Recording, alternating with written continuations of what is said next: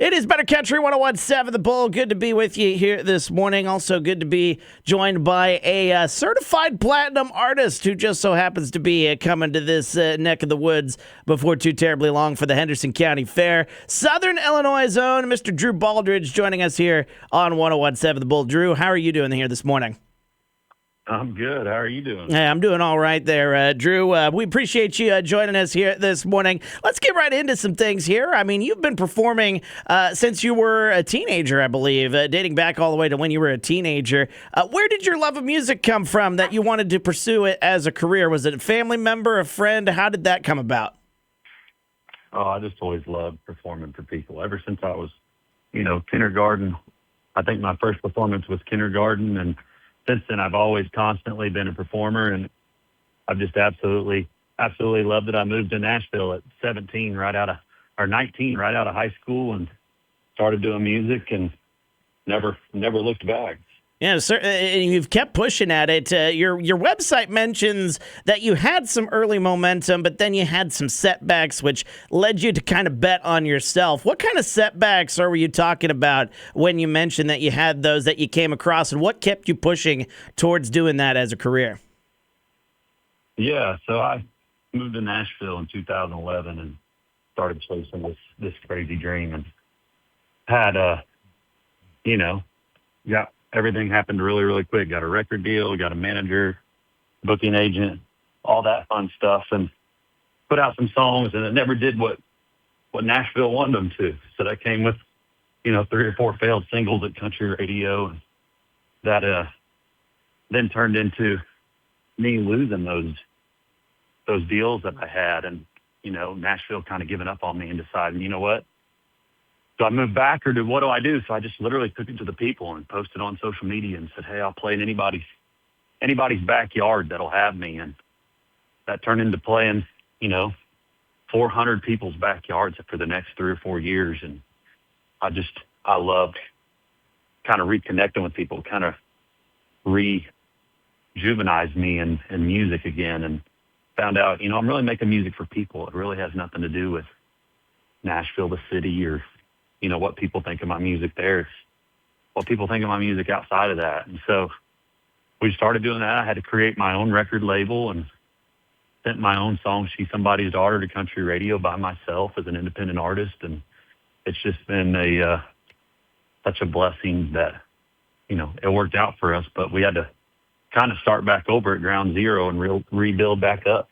Yeah, and it's been one heck of a journey for you. You mentioned, we're talking with Drew Baldridge, by the way, here on 101.7 The Bull. You said you did create your own record label, which seems to be paying off for some artists these days. I know Cody Johnson did the same thing, started with his own record label, and he kind of took off. I know you're tied to a label now, but what would you say some of the advantages are to having your own record label, maybe starting out your career?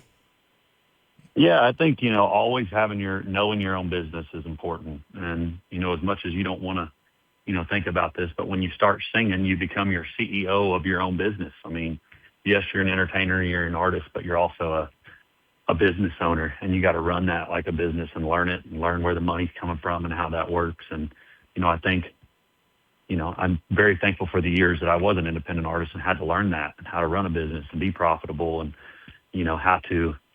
how to do all those things. So yes, I think it's very important, but also, you got to also have money coming in where you can reinvest in yourself. So I'm never the kind of person that's like anti-label by any means. Like if you have a label that's interested and they're a great label and a great team, I would say like, hey, take that and go do it. But if you don't, you got to start somewhere. You got to have somebody. If nobody believes in you, you got to believe in yourself.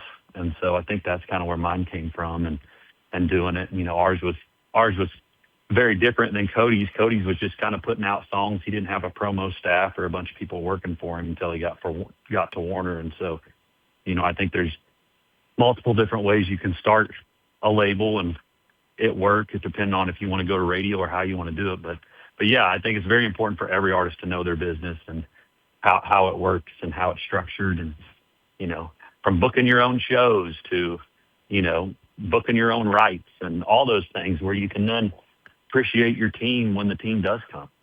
Yeah, certainly so. As Drew Baldridge joining us here on 101.7 The Bull. So you did mention the song here, which we obviously have to talk about here. The song that really jump-started things for you. She's Somebody's Daughter. Folks may not know this, though. That's actually a song that you had previously released back in 2019 before this whole thing happened. And then what was it about that song that kind of made you go back? You kind of reimagined it a little bit, and then you re-released it. What was it about that song that made you go through that whole process? So me and my wife were getting married in 2021, and honestly, it was just always her favorite song. She loved that song so much. And when we got married, I thought, how special would it be if I made a wedding version for her that she could dance to it with her dad on our wedding night. And so honestly, I just went in the studio with a really great piano player. His name's Gordon Moat, one of the best piano players in Nashville. And I just sang it while he played it. And we did that 3 or 4 times and kind of picked the best takes and took it back to my producer's house. And we just made it literally so we could dance to it on our wedding night. I never really thought much of it. And we went on our honeymoon and I posted it. And when I did post it, it just went mega viral. And the song, funny enough, was already out for 2 years before we did that. And so it was crazy to be like, wow, this song is getting a whole new life 2 years later. And, here we are now that it was our first number one, 4 years after that. I would think it was number one in 2024 and, Right. Just went platinum just a couple weeks ago, which is fun. And, I think sometimes we can give up on songs, but if they're good, great songs and they have great messages, they'll live on forever. It's one thing that I'm learning. And, this song came from such a real moment for me and a real spot. And so I think that's why it connects with so many people and becoming wedding songs and, allowing us then to go out on tour with Cody Johnson and Bailey Zimmerman and Jelly Roll. And now we're out on tour with Luke Bryan this whole year. And it's all because of that song. Yeah, and you kind of mentioned, your wife had a lot to maybe do with that. You wrote it to do at your wedding or to dance to at your wedding. So then the music video that you released with it, it actually is your own wedding footage from your own wedding. Was that your idea? Was that your wife's idea? Who kind of came up with that idea to use that for the music video? Yeah, it was just kind of my idea. It's like we had all this footage and, the idea that I had was how special would it be to go through and her home videos and find videos of her as a little girl and mix those in with the actual wedding video. And so that's exactly what we did. We went in, I found home videos of her, mixed it in with our wedding video, and then just clips of me in the studio singing the song. And the way it came out was just really magical. And I just can't believe how honestly, how good it turned out. So it is. Everybody always asks me, is that actually your wedding? I'm like, yeah, it actually is. I was like, there's nothing fake about that. All those people in there are the people that we love. And, those are all real people. Now, how many weddings have you been to since that song released that they've used that song as their maybe father-daughter dance or something like that? How many weddings have you been to that they've used that? Man, I've surprised so many people over the last year or so and over the last couple of years, honestly. And it's so amazing to see people use your song that you wrote for your moment, and now they get to use it for theirs. And it's just such a blessing when you sit back and you're like, wow, we're getting to make a difference in so many people's lives. And that's what makes me so happy, is to know that our music is being heard and used for such a great purpose of somebody's special day. And to be able to have a song that does that is really special.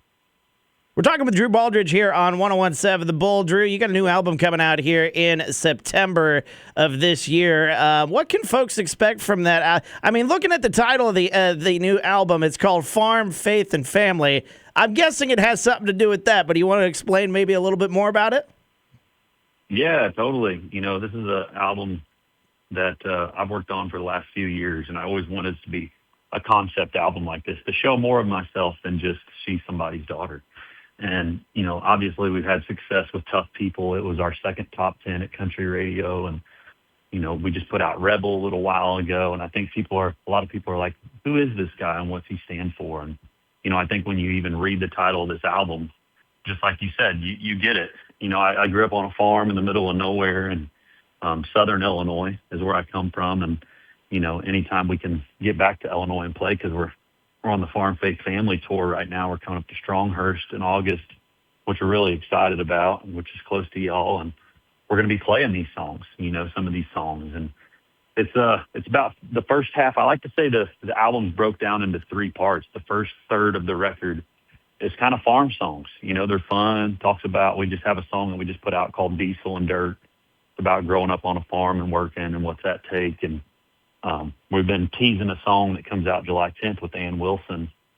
That's called Maker's Mark, which I absolutely love. And it's kind of the introduction to the faith side of this record. The middle of the record is going to be faith-based. Not only, our Lord, but also faith in yourself and faith in people. And that middle part of the record is going to be that. And then at the end, it's going to be about family and songs about my wife and songs about my boys. And that is really the structure of this album. And it kind of explains to everybody who I am and what kind of music I like to make. And so I'm really, really excited to get that all out because we've been working on it for so many years. September 18th, the album Farm Faith Family coming out from Mr. Drew Baldridge. Drew Baldridge joining us here on 101.7 The Bull. You mentioned it yourself. You're coming to Stronghurst, Henderson County Fair in August. What can folks expect from your show when you hit the stage there in August?